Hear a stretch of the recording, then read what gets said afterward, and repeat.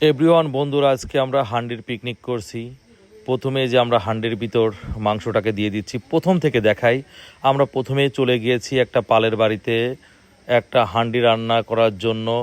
মাটির হাঁড়ি লাগবে, সেই মাটির হাঁড়ি আমরা প্রথমে যে নিলাম, বাইকে এসেছিলাম দুইজন, বিশাল বাইক চালাচ্ছে, আমি ভিডিও করেই আমি আবার পিছনে বসলাম। পরে মুরগির দোকানে এসে একটা মুরগি নিলাম।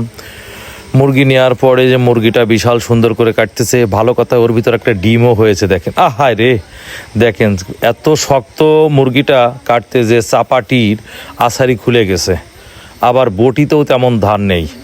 সব শেষে কাটাকুটো শেষ। এখন আমাদের হান্ডির মাংসটাকে সুন্দর করে মেশানো হচ্ছে।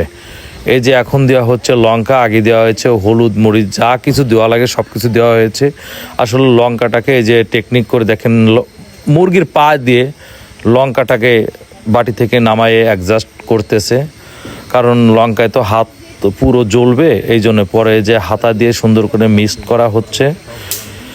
মিক্সড করার পরে এখন আমরা হান্ডির ভিতর আমাদের দিয়ে দিতে হবে। হান্ডির ভিতর আগে প্রথমে একটু সরিষার তেল দিয়েছি, নতুন যেহেতু মাটির হাঁড়ি একটু বালি টালি উঠতে পারে, এই জন্য আমরা আগে সুন্দর করে 1 ঘন্টা ভিজে রাখছিলাম।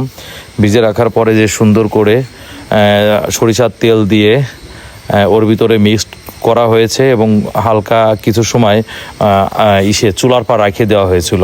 তারপরে যে এখন আস্তে আস্তে সবগুলো মাংস এখন হাঁড়ির ভিতর আমরা দিয়ে দিচ্ছি।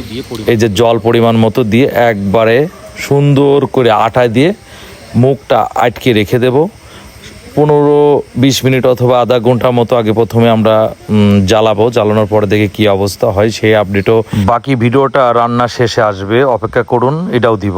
রান্না করতেছি আমরা বাড়ির পাশ থেকে একটা হাঁস কিনেছিলাম। পরে সন্ধ্যা লাগার পরে যে মালিক সে বলছে এখন হাঁস দেওয়া যাবে না, সন্ধ্যা লেগে গেছে। মনটা খুব খারাপ। পরে কি করব, আমরা বাজারে যে একটা মুরগি কিনে আনলাম, কারণ আমরা হাঁড়ি কিনে আনছি, সব কিছু পেঁয়াজ রসুন বাটা হয়ে গেছে, এখন তো করতেই হবে। পরে আমরা সব কিছু যে ব্যবস্থা করছি।